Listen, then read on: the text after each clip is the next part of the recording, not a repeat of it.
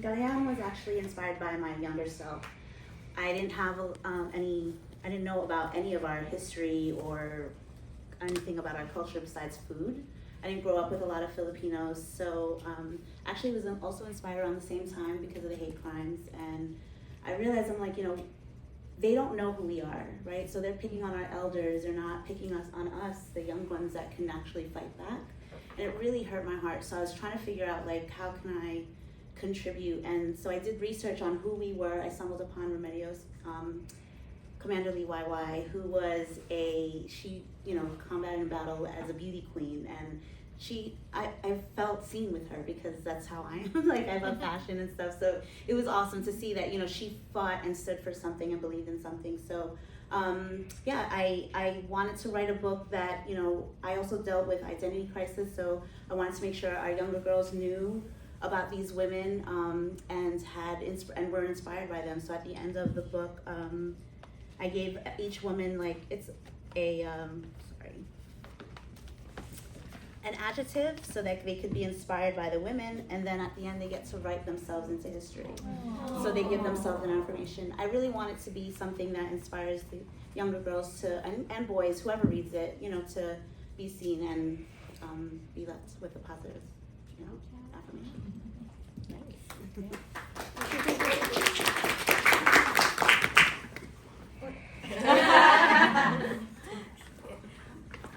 Okay, so I already talked about Tony's Jewels, and it's also kind of relates to what Navasca said this morning about presence, right? Like, there's this Filipino athlete. He's a Paralympian in 3 different sports, and nobody talks about him, and he's a very, very good friend of mine. So at the very back, there's actually the life about who is Tony, and he actually ended up as the first advocate for people with disabilities in our state or province, and it goes back to when we were both in school. We were both 98 pounds and new in Canada, thinking what does this different big world now holds for us? And he ended up just saying I'm just gonna make a place for myself and help other people, something like that. And then nobody talks about him. So I really needed to write this book.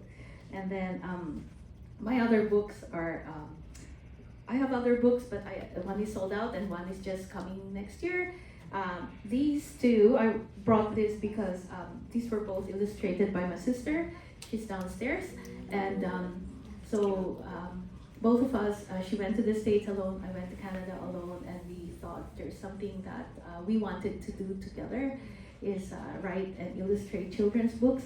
And in all of these books, we use our family. So people who have died in our family, we use their names and we use their stories. And so it's kind of not only writing about Philippine culture, but it's also, for example, Gabi and the Lechon Parade. A lot of the festivals in the Philippines are now about having big celebrities come. They're losing part of what actually started that festival and what the importance is for their town. So we thought, okay, let's do that. And then the other one is about, as I mentioned before, children immigrating, not knowing what to do, what are they losing, what are your parents thinking, and then children who were born here thinking I'm meeting my lolas and cousins from the other side of the world, I'm nervous, what are we gonna talk about, how are we going to talk to each other? And I think your book, there are Filipino words scattered in there, but they're not italicized. They should just be. They should just be. They should just exist. People should know about it. So, basically that's what inspired me to write these books.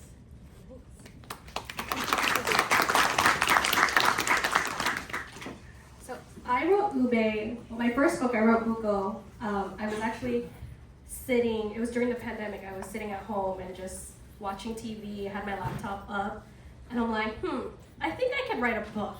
I'm gonna just write. And I never saw myself writing, and it just the words just kept coming out. I'm like, oh, I have something here. I think I could do this. And I love food. What I do is promoting Filipino culture to kids. So I put 2 and 2 together. And at the time, when I started Flip Family, there wasn't so many Filipino American books out, like maybe one or two. I'm like, okay, I think there is a need to promote Filipino culture through books. So I self-published back in 2020. I released my first book in 2021. And then I released Ube. Ube came out last year. And when the books came, I actually just gave birth to my third child, and the books were in front of our house. I was like, oh, it's already here. Oh, I wasn't prepared for everything to happen so fast. But I wanted to promote Filipino culture through food. And one of the big things, especially with my kids being so young, I mean, their attention span is like, 2 seconds? So I want to make sure there's activities in here and it's interactive, and kind of learn the Filipino culture on their level. So there's activities in here, like this one, for example, has puzzle pieces, so kids can interact with it and take out the puzzle pieces, and learn about ube. So ube specifically, so it took me a while to make this book because people always say, that doesn't look like ube, that's not ube. So I wanted to also learn about ube and kind of show what's ube, what's not ube, the different kinds of ube, what's ube used for. There's a whole thing with ube, and ube is like the big craze, like people identify ube and our heritage with that. So that's how I was inspired by writing, is putting the two things I love. And ube, if you could see the character, this is inspired by my daughter. So this is my daughter in here, and then Bugo, it was my older son. So now that I have my third kid, I'm like, okay, I have to write a third book. I have to highlight him too. I don't know yet. Anything. We'll see, but third book will be in the works too. But yeah, so thank you for sharing your stories of how you came with the books. It's so inspiring to hear why and how you put those together. So tell me, did you ever see yourself writing a children's book? No. I always thought of myself like write like comics. Comics, okay. Novels. Yeah. Was it easy to write a children's book, would you say?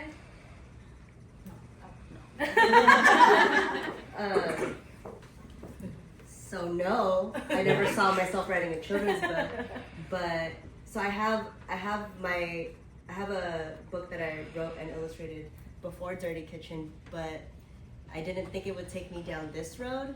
I remember drawing a lot and being really in love with stories. I thought I was gonna be a cartoonist or an animator, but those dreams got shot down for nursing. My dad always told me to be an optometrist because people are gonna start wearing glasses all the time, and part of me wishes I listened because he's right. But it was hard. I didn't think about it again till I had my daughter. Yeah. And I think watching her interact with other books and learning about just the subject of the book so effortlessly, it made me think I need to instill some of our culture in her in the ways that she learns. Because when I was growing up, my dad, they didn't read me books, but they told me stories. And a lot of the stories were of their upbringing, or some of moo-moos and a lot of that. And in this generation, it's we're very much in a space where we read books to our children, and this is the ways that we share stories with our children. And I felt like at the time there were not a lot. So to step into a space where I could share that with her felt very important at the time. I love that you say our parents are constantly sharing stories, and I think we're in the generation where we want to keep those stories going, may it be through books, may it be through podcasts, may it be through video content, whatever it is. It is our generation that is actually keeping that legacy going. And for me, it's my dad would always tell me watch when I'm gone, you gotta remember this happened, and it never really hit me till oh yeah, that's true, because now that we all have kids, it's how do we make sure we keep that legacy going? And it's through these books. Like these books will live on forever. I mean, wherever it will end up, it'll be somewhere. Anyone want to else share? So I've always wanted to write children's books, illustrated children's books specifically, because even when I was an adult, I was drawn to illustrated children's books. So the merging and complementary use of text and words. So I've always wanted to do that, but it's not easy because there are all these things that you need to follow if you're submitting a children's books. And when I started, I said, I'm going to have 100 rejection letters within a year, because at least I know that I'm submitting, and not just doing nothing, So, yeah, so I have tons of rejection letters as well. And when I started way back in 2011, who was writing children's books for a Filipino culture, right, at that time? Like, nobody. I even got a letter that said, thank you, but we already have an Asian writer. Wow. So I was like, is there only one Asian story? So, yeah, so it's hard, but it's very challenging, but also very, very fun. I think it's important to me that children from a very, very young age know about their culture, about their parents' journey, about what their parents went through, and something that a parent or a reader can just say, oh, you see that moo, and then go back to their own experiences and their own stories, and share that with whoever they're reading to. And I think everyone here, that's how we keep the stories going, right? So hopefully our children will remember all these very nice, warm feeling when they're reading all about Philippine culture with their own experiences of people sharing those cultures. So I will keep writing children's books. I will keep having those rejection letters, but yeah, that's the way it has to be. That's the way it will be. Yeah, so I didn't think I was going to be a writer either. I feel it was difficult for me because of the subject matter and the pressure that I felt wanting to represent each woman correctly and making sure that it was digestible for children, because this was about World War II. So, that was probably the hardest, making sure that I got all of the information in there and it being digestible, and focusing solely on the woman is how I was able to do it. Nice. How long did it take you to write it? 6 months. 6 months. Oh. Yeah. Yeah, you want to add anything else? Oh yeah, I think for me, I always saw myself more as an artist versus like a writer, but I think when the pandemic hit, I was thinking about like different ideas that I wanted to do, and I always had ideas. I always had like different stories in my head, but I wanted to do a story that felt more closer to home, and so that's where the idea of the Bunso came from. Actually, before the Bunso books were just gonna be a little bit more slice of life, and just like my life growing up, and have very a 90s feel for the storylines, and then the Moo story is the one that stuck out the most, and I was like, oh, what if I turn that into more of a series and each one is going to be a different creature from the Philippines? The other question was how long it took. I think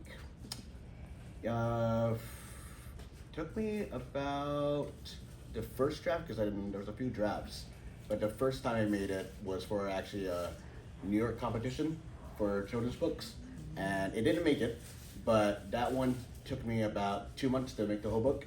And then after that, I met my agent, and that took me about maybe half a year to revise it.